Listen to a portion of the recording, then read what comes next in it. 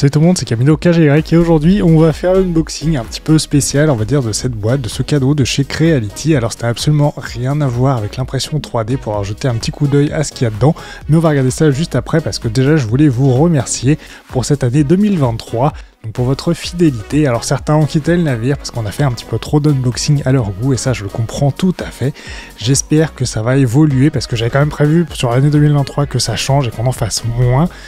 Ce qui n'a pas été le cas, par manque de temps, par manque de, je sais pas, de conviction, on va dire, toujours à se dire « Ah ouais, mais il y a ça quand même, c'est quand même pas mal si on pouvait le montrer et tout, et voir ce que ça donne. » Sur 2024, j'espère que ça va changer un petit peu, ou en tout cas, en plus, rajouter d'autres formats, d'autres choses qui m'intéressent. J'ai quelques projets DIY qui sont dans les cartons. J'ai toujours évidemment des reviews qui sont prévues, donc dans certaines machines qui pourraient vous intéresser, et même d'autres produits dans les semaines qui viennent qui n'ont absolument rien à voir avec l'impression 3D, mais qui j'espère devraient quand même attiser votre curiosité. Et pour l'autre projet qui était prévu pour cette année, le 4L Trophy, disons que la voiture n'est pas forcément prête aujourd'hui, alors je pense qu'on aurait pu être prêt, mais vraiment au chausse-pied, sans pouvoir tester vraiment la voiture, faire vraiment quelques centaines, voire milliers de kilomètres avant de partir, et de pouvoir rôder le système, et voir évidemment si on a des défaillances, des choses comme ça, des choses à prévoir. Et donc pour le setup du live aussi, normalement tout est à peu près prévu, mais vu que j'ai absolument rien testé pour le moment, évidemment on pourrait avoir quelques galères, mais j'ai pas envie que ce soit le cas, j'ai envie qu'on ait quand même la meilleure expérience possible, en tout cas en live, donc dans cette aventure. Donc c'est pour ça qu'on a décidé de reporter évidemment à 2025. Alors évidemment c'est un report, c'est un petit peu pénible parce que ça fait quand même un an de plus, ça aurait été genre, allez, 3-6 mois de plus, ça aurait été je pense largement suffisant pour mener le projet à bien et en tout cas avoir une voiture qui soit prête. Mais j'ai quand même envie que cette aventure en live se passe bien et que vous puissiez évidemment en profiter vous aussi derrière votre écran si ça vous intéresse. Mais sans plus attendre, on va quand même passer à l'ouverture de cette boîte assez mystérieuse de chez Creality. Alors certains l'ont peut-être déjà vu parce qu'ils l'ont envoyé évidemment à différents créateurs qui testent leur machine. Et donc on a déjà une petite valise mode, j'allais dire, valisette pour écolier d'un ancien temps. Et à l'intérieur, on trouve déjà une petite carte, donc avec un renne pour nous remercier donc pour cette année et donc pour nos tests avec leurs produits évidemment. Et ça fait quand même déjà toujours plaisir. Et à l'intérieur, c'est quand même un petit peu kitsch en tout cas pour nous, j'allais dire français, mais je pense que c'est quand même quelque chose de très apprécieux de leur côté. On a un petit, j'allais dire service à thé ou au moins quelques tasses. Donc déjà à l'intérieur évidemment, nous avons les soucoupes pour pouvoir les poser. Creality, attention, très joli. Et on a donc deux tasses qui sont différentes pour le coup. Alors je sais pas si c'est une signification. Il y en a peut-être une pour prendre son lait et l'autre pour mettre simplement... non, c'est pas ça. Donc il y en a probablement une pour prendre son thé et l'autre pour mettre du lait. Mais sincèrement, je n'en sais rien. Si vous savez dans les commentaires, mettez-le moi parce que ça m'intéresse.